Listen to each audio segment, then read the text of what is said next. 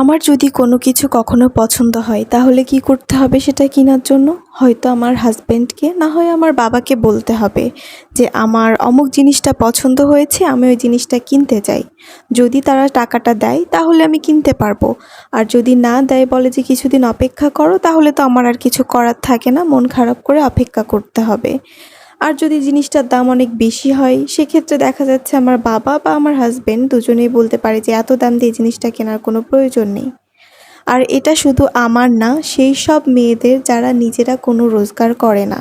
আমি আমার বাবার জন্য কিছু কিনবো, অথবা আমার মায়ের জন্য, অথবা বোনের জন্য, যে কারোর জন্যই হতে পারে। সেটা কিন্তু আমার হাসব্যান্ডের কাছে আমাকে টাকাটা চাইতে হবে যে আমি এই জিনিসটা কিনবো, আমাকে টাকা দাও। সেক্ষেত্রে তো আলাদা হিসাব। আর যদি ভালো না হয় তাহলে তো একটা মেয়ের মনের মধ্যে যত ইচ্ছা থাকে সব মারা যায়।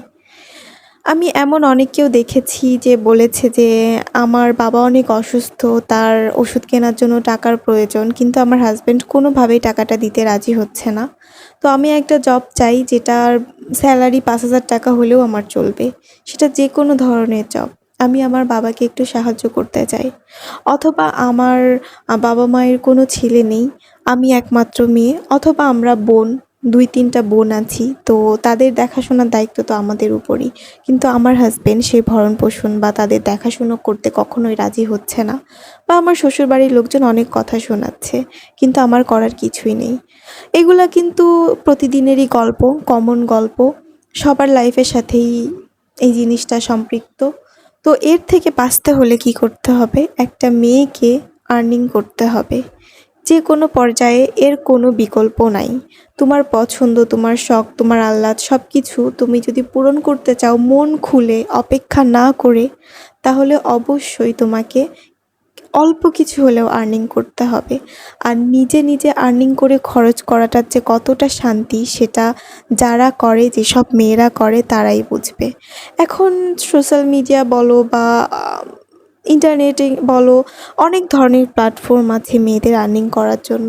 তো আমার মতে মেয়েদের আসলে বসে না থেকে কিছু না কিছু করা উচিত। তাহলে নিজের মান সম্মানটাও থাকে, নিজের যত্নটাও নেওয়া যায়, কারোর দিকে তাকিয়ে থাকতে হয় না, মুখোপেক্ষী হতে হয় না, কারোর কথা শুনতে হয় না। তুমি মন খুলে যা ইচ্ছা তাই করতে পারো। আর আমাদের সমাজের একটা সিস্টেম কি, এখানে তুমি একটা ছেলের বউ মানে তুমি মেয়ে মানে তো ছেলের বউ, আর একটা ছেলের বউ মানে তুমি সবসময় তোমার শ্বশুর শাশুড়ি কেন্দ্রিক হবা, তোমার দেবর ননদ যারা থাকবে তাদের কেন্দ্রিক হবা। তোমার বাবা মা, তোমার একবার বিয়ে হয়ে গেছে মানে তোমার লাইফ থেকে তোমার নিজের বাবা মা সেপারেশন হয়ে গেছে, তাদের সাথে তোমার আর সেই লেভেলের কোনো সম্পর্ক থাকবে না। তুমি তাদের সাথে সেভাবে ইনভলভ হতে পারবা না। তোমার শাশুড়ি, ননদ বা যে কেউ অসুস্থ হলে তুমি তাদেরকে মন প্রাণ ঢেলে করবা। আর তোমার বাবা মা যদি অসুস্থ হয়, ওই চোখের দেখা দেখতে যাবা, দেখে আবার চলে আসবা। কিন্তু এই দায়ভার যে ছেলের উপর, আর একটা ছেলেরও উচিত তার বাবা মায়ের মতো করে তার শ্বশুর শাশুড়িকে সমান চোখে দেখা। কারণ সেও তোমার এক বাবা মায়ের মতোই। তোমার স্ত্রী যখন তোমার বাবা মাকে তার বাবা মা হিসেবে দেখছে, তাদের সমস্ত কিছুর খেয়াল রাখছে, যত্ন করছে, তুমি অতটা করতে না পারো, কিন্তু সমান চোখে দেখার চেষ্টা করো। হ্যাঁ, হয়তো সমান চোখে দেখা যায় না, কিন্তু চেষ্টা করাটা উচিত।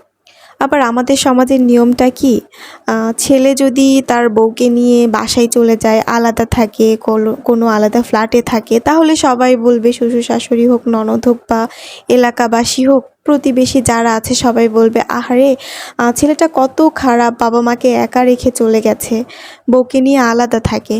কিন্তু যদি কোনো বাবা মায়ের ছেলে না থাকে, একটা বা দুইটা বা তিনটা মেয়ে থাকে, তারাও যে আলাদা থাকে, সেই বিষয় নিয়ে কিন্তু কারোর কোনো মাথা ব্যথা হয় না। আসলে আমাদের সমাজের নিয়মগুলোই বড় অদ্ভুত। তো সব কিছুর জন্য একটাই কথা, একটা মেয়ে যদি মন খুলে কোনো কিছু করতে চায়, তার বাবা মায়ের দায়িত্ব হোক বা তার নিজের দায়িত্ব হোক, তার পছন্দ মতো কোনো কিছু কেনা হোক, তার জন্য অবশ্যই নিজের একটা কিছু করা উচিত।